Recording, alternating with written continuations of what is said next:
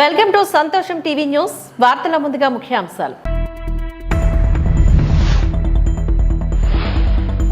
Vizianagaram parliament పరిధిలో గల NDA కూటమి లోక్సభ మరియు శాసనసభ అభ్యర్థుల పత్రికా సమావేశం.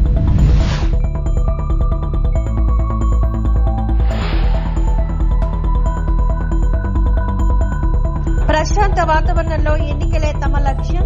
డీఎస్పీ లతా కుమారి, సిఐ శేఖర్ బాబు, ఎస్ఐ సతీష్ కుమార్ వెల్లడి.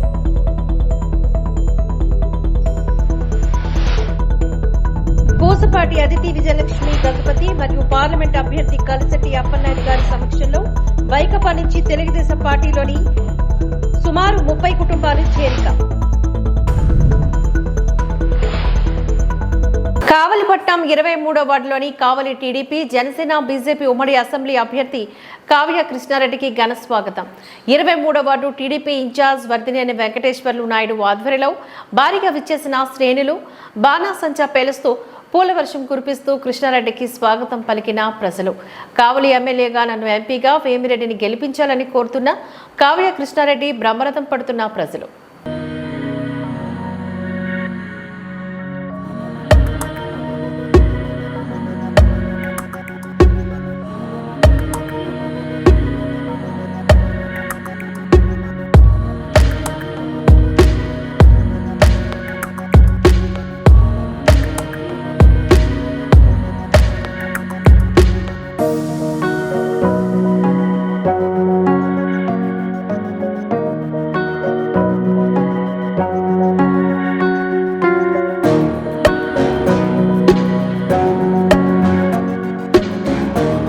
ప్రశాంత వాతావరణంలో ఎన్నికలే తమ లక్ష్యం. డీఎస్పీ లతా కుమారి, సిఐ శేఖర్ బాబు, ఎస్ఐ సతీష్ కుమార్. రాబోయే సార్వత్రిక ఎన్నికలు ప్రశాంత వాతావరణంలో జరగాలని కాకినాడ జిల్లా ఎస్పీఎస్ సతీష్ కుమార్ ఆదేశాల మేరకు ఏలేశ్వరం ఎస్ఐజీ సతీష్ కుమార్ ఆధ్వర్యంలో పెద్దపురం డీఎస్పీ కె లతా కుమారి, ప్రతిపాడు సిఐ ఎం శేఖర్ బాబు లింగపర్తిలో గ్రామ ప్రజలకు అవగాహన సదస్సును ఏర్పాటు చేశారు. ఈ సందర్భంగా గ్రామ ప్రజలతో పోలీసు అధికారులు ఎన్నికల ప్రవర్తన నియమావళిపైన అనుసరించవలసిన తీరుపైన అవగాహన కల్పించారు. ఈ సందర్భంగా డీఎస్పీ కె లతా కుమారి మాట్లాడుతూ, డీఎస్సీ కె లతా కుమారి ఎన్నికల కోడ్ అమల్లో ఉన్నందున ప్రజలందరికీ అప్రమత్తంగా ఉండాలని, ముఖ్యంగా సోషల్ మీడియాతో పాటు వాట్సాప్ తదితర విభాగాల్లో అభ్యంతరకర పోస్టింగ్లు పెట్టే వారిపైన చట్టపరమైన చర్యలు తీసుకోబడతాయని హెచ్చరించారు. సిఐ శేఖర్ బాబు సందర్భంగా మాట్లాడుతూ, ఎన్నికల సమయంలో బైండ్ ఓవర్ కేసులు తదితర అంశాలపైన ప్రజలకు అవగాహన కల్పించి పోలీసులతో పాటు పలువురు అధికారులు గ్రామాల్లో అనుక్షణం పరిశీలిస్తూ ఉంటారని, తస్మాత్ జాగ్రత్త అని హెచ్చరించారు. ఎస్ఐజీ సతీష్ కుమార్ మాట్లాడుతూ, ఏలేశ్వరం మండల పరిధిలో ప్రజలందరూ శాంతియుత వాతావరణంలో రాబోయే ఎన్నికల్లో తమ తమ ఓటు హక్కును వినియోగించుకోవాలని, అనవసర గొడవలతో తమ విలువైన భవిష్యత్తుతో పాడు చేసుకోకూడదని, వాటి వల్ల మీ కుటుంబాల రోడ్డున పడే ప్రమాదం ఉందని ప్రజలకు సూచించారు. 7 గంటలకు వస్తున్నాడు, 8 గంటలకు వస్తున్నాడు, ఎందుకు లేట్ అయింది? వాచ్ చేసుకోవాలి, ఎందుకు లేట్ అయింది? సరే 9 గంటలకి మహా అయితే చదువుకోవాలి, లేకపోతే ఇంట్లో ఏదో పనులు చూసుకోవాలి. కానీ ఫోన్ పట్టుకొని పైకి వెళ్ళిపోతుంది పాప. ఫోన్ పట్టుకొని బయటికి పోతున్నాడు బాబు. 12కి 1 గంటకు వస్తున్నాడు బయటికి వెళ్ళిపోయి. ఏం జరుగుతుంది?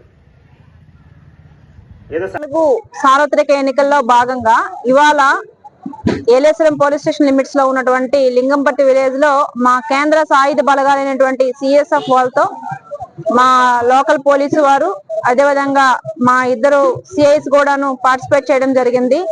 లో లింగంపట్టి చుట్టుపక్కల ఉన్నటువంటి అన్ని వీధుల్లో కూడాను మేము ఫ్లాగ్ మార్చ్ చేయడం జరిగింది. అదేవిధంగా ఇక్కడ ప్రస్తుతం మాతో పాటు ఉన్నటువంటి మా ఇన్స్పెక్టర్స్, మా ఎస్హెచ్ఓ గారితో కలిపి ఇవాళ వీళ్ళందరికీ కూడా ఎలక్షన్ సంబంధించి, ఎంసీసీ వైలేషన్ సంబంధించి వాళ్ళకి అవేర్నెస్ కల్పించడం జరిగింది. చేయాల్సినవి, చేయకూడనివి, అదేవిధంగా పర్మిషన్స్ కోసము మా యొక్క లోకల్ ఇన్స్పెక్టర్ గారు వాళ్ళందరికీ కూడాను విపులంగా వివరించడం జరిగింది. ఈ యొక్క ఎలక్షన్ సందర్భంగా లింగంపట్టి విలేజ్ వాళ్ళందరూ కూడాను మా యొక్క పోలీసు వారికి సహకరించి, పోలీసు వారితో కోఆర్డినేషన్ చేసుకుంటూ ఎలాంటి సమస్యలకి గురి కాకుండా ప్రశాంతంగా తమ యొక్క ఓటును వినియోగించుకోవాలని మా యొక్క కాకినాడ ఎస్పీ గారు అయినటువంటి శ్రీ సతీష్ కుమార్ వారి తరపు నుంచి ఏలేశ్వరం పోలీసు వారు కోరుచున్నారు. ఈ రోజు టీడీపీ పార్టీ కార్యాలయం అశోక్ గారి బంగ్లాలో విజయనగరం పార్లమెంటు పరిధిలో గల ఎన్డీఏ కూటమి లోక్సభ మరియు శాసనసభ అభ్యర్థులు పత్రికా సమావేశం నిర్వహించడం జరిగింది. ఈ పత్రికా సమావేశంలో పొలిట్ బ్యూరో సభ్యులు Shri Pusapati Ashok Gajapathiraju, Uttarandhra zonal party coordinator Srinivas Reddy garu, Lok Sabha అభ్యర్థి కలిశెట్టి అప్పలనాయుడు గారు, విజయనగరం శాసనసభ అభ్యర్థి పూసపాటి అతిథి విజయలక్ష్మి గజపతి గారు, నెల్లిమల శాసనసభ అభ్యర్థి లోక మాధవి తదితరులు ఈ కార్యక్రమంలో పాల్గొన్నారు. మీకు ఒక స్కీమ్ ఉంది, ఏదైనా కొనుక్కోవాలంటే ఒకటి ఫ్రీగా ఇంటికి పట్టుకెళ్ళిపోవాలి. మాకు స్పైన్ ప్రాబ్లం వస్తే స్పైన్ కోసం వెళ్తే మాకు యాన్యూరిజమ్స్ కూడా ఉన్నాయని ఆ డాక్టర్లు తెలిసారు. 2 మేజర్ సర్జరీ జరిగాయి. దేవుడి దయ వల్ల బ్రతికి బయట ఈరోజు ఉన్నాము. మనము ఇప్పుడు ప్రజాప్రతినిధులకి ఒక ధర్మం ఉంటుంది, ఆ ధర్మాన్ని వారు పాటించాలి. మేము ఉచిత సలహాలు ఇవ్వడానికి సిద్ధం, దాంట్లో మేము వెళ్తామని నేను అనుకోను. మేము సలహాలు ఖచ్చితంగా ఇస్తాం. దేవుడు ప్రాణాలు ఇచ్చినంతసేపు మా పార్టీ కోసం, ప్రజల కోసం, సిద్ధాంతాల కోసం మేము కృషి చేస్తున్నాం. ఏ సందర్భాల్లో కూడా ఒక 1% కూడా నేను తప్పనని, ఈ నియోజకవర్గం పార్లమెంట్లో వారికి చాలా అనుభవం ఉంది. సుదీర్ఘంగా ఆయనతో మాట్లాడుతుంటే అసలు ఎక్కడ లేని సబ్జెక్ట్ వస్తుంది. వారు నా అదృష్టం ఏంటో, నేను ఉత్తరాంధ్ర ట్రైనింగ్ సెంటర్ డైరెక్టర్గా నియమించిన తర్వాత వారితోటే నా ట్రైనింగ్ సెంటర్ ఓపెన్ చేయడం, ఆ రోజు ఒక క్రమశిక్షణ గల కార్యకర్తను నేను ఆయన చూశాను. ఆయన రెవెన్యూ మంత్రిగా ఉండేటప్పుడు ఎన్టీఆర్ ట్రస్ట్ భవన్లో ఒక ట్రైనింగ్ ప్రోగ్రాం అయినప్పుడు ఆయన ముందు కూర్చొని ఒక కార్యకర్తలాగా ఒక బుక్ పెన్ ఇస్తారు మా పార్టీ ట్రైనింగ్లో. అది చెప్పేటప్పుడు ఆయన రాసుకున్న విధానాన్ని నేను చూస్తే, నేను 40 నిమిషాల్లో 2-3 సార్లు వాష్రూమ్కి వెళ్ళి రావడం జరిగింది. కానీ ఆయన డిసిప్లిన్ చూసి ఆ రోజు నేను అనుకున్నా, నేను ఇంకా కార్యకర్తగా ఇంకా ముందుకెళ్ళాలి. ఒక మహా వ్యక్తి ఒక ట్రైనింగ్ ప్రోగ్రాం అయినప్పుడు ఆయన అంత డిసిప్లిన్గా ఉన్నారంటే ఒక ఉదాహరణ మీకు చెప్పాలి. అలాగే అడ్మినిస్ట్రేషన్లో ఎక్కడ కూడా ఒక 1% ప్రతిపక్షాలు కూడా మాట్లాడలేని విధంగా ఒక తప్పు కూడా చేయకుండా వారు ఈరోజు పరిపాలన చేశారు. అలాంటి వ్యక్తి స్థానంలో నన్ను పార్టీ గుర్తించి పెద్దలు ఆశీర్వాదంతో నాకు ఈరోజు అవకాశం కల్పించారంటే నేను జీవితంలో మర్చిపోలేని రోజుగా నేను భావిస్తున్నాను. ప్రభుత్వం మారిన తర్వాత మెడ వంచి తెస్తారని చెప్పిన ప్రభుత్వంలో వస్తాము, మెడ వంచి తెస్తామని ప్రజల దగ్గర కమిట్ అయిన వాళ్ళు అసలు ఈ 5 సంవత్సరాలు గడిచిన 5 సంవత్సరాల్లో ఒక్కసారి కూడా పార్లమెంట్లో రేస్ చేసినట్ల ఎక్కడ మీరు ప్రచురించలేదు, టీవీస్లో చూపించలేదు, మేము ఎక్కడ వినలేదు. ఇలా టైం పాస్ చేస్తూ వచ్చారు. అయితే అప్పలనాయుడు గారు బిగినింగ్ నుంచి మన తెలుగుదేశం పార్టీ కార్యకర్త, తెలుగుదేశం కోసం ఆయన చేసిన కృషిని మన పార్టీ గుర్తించిందని విషయము మాకందరికీ ఆనందంగా ఉంది. ఆయన మొదటిసారి కాదు, ఇక్కడ మనకి ట్రైనింగ్ క్యాంప్స్ కూడా నడిపిన వ్యక్తి. అది అంతే ఒకటే కాదు, మనకి ఇప్పుడు మార్కెటింగ్ కమిటీస్ అంతా యాక్టివేట్ చేసి ప్రజల కోసం పనికి వచ్చే విధంగా తీర్చిదిద్దేటప్పుడు పొందూరు మార్కెటింగ్ కమిటీలో ఆయన ఆనాడు చైర్మన్గా మన పార్టీ అధికారంలో ఉన్న రోజుల్లో నియమించి కృషి చేయడం మన అందరికీ తెలుసు. ప్రభుత్వం మారిన తర్వాత మెడ వంచి తెస్తారని చెప్పిన ప్రభుత్వంలో